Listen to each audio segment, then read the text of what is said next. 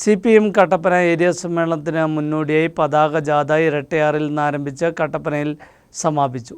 രക്തസാക്ഷി KK വിനോദിൻ്റെ അമ്മ വള്ളിയമ്മ പതാക കൈമാറി. സ്വാഗത സംഘം ചെയർമാൻ മാത്യു ജോർജ് ഉദ്ഘാടനം ചെയ്തു.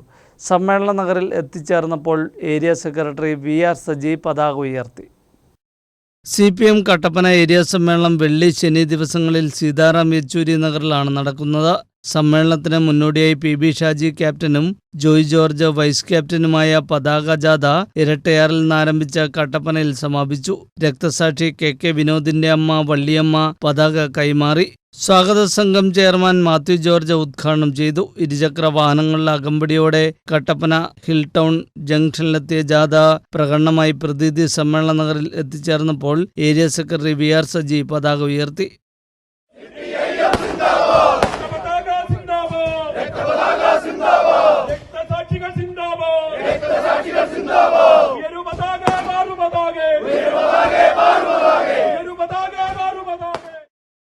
ജില്ലാ സംസ്ഥാന നേതാക്കൾ വിവിധ ദിനങ്ങളിൽ സംസാരിക്കും. ശനിയാഴ്ച പകൽ 3-ന് കട്ടപ്പന ടൗൺ ഹാൾ പരിസരത്ത് നിന്നും നഗരത്തിലേക്ക് റെഡ് വോളണ്ടിയർ മാർച്ച്, പൊതുസമ്മേളനം എന്നിവ നടക്കും.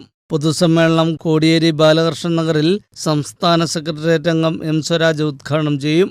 MM മണി MLA, ജില്ലാ സെക്രട്ടറി CV വർഗീസ്, സംസ്ഥാന കമ്മിറ്റി അംഗം KP മേരി തുടങ്ങിയവർ സംസാരിക്കും. ഫോക്ലോർ അക്കാദമി അവാർഡ് ജേതാവ് രാഹുൽ കൊച്ചാപ്പിയും സംഘവും അവതരിപ്പിക്കുന്ന കോട്ടയം തുടിയുടെ നാടൻ പാട്ടും അരങ്ങേറും. News bureau, Kattappana.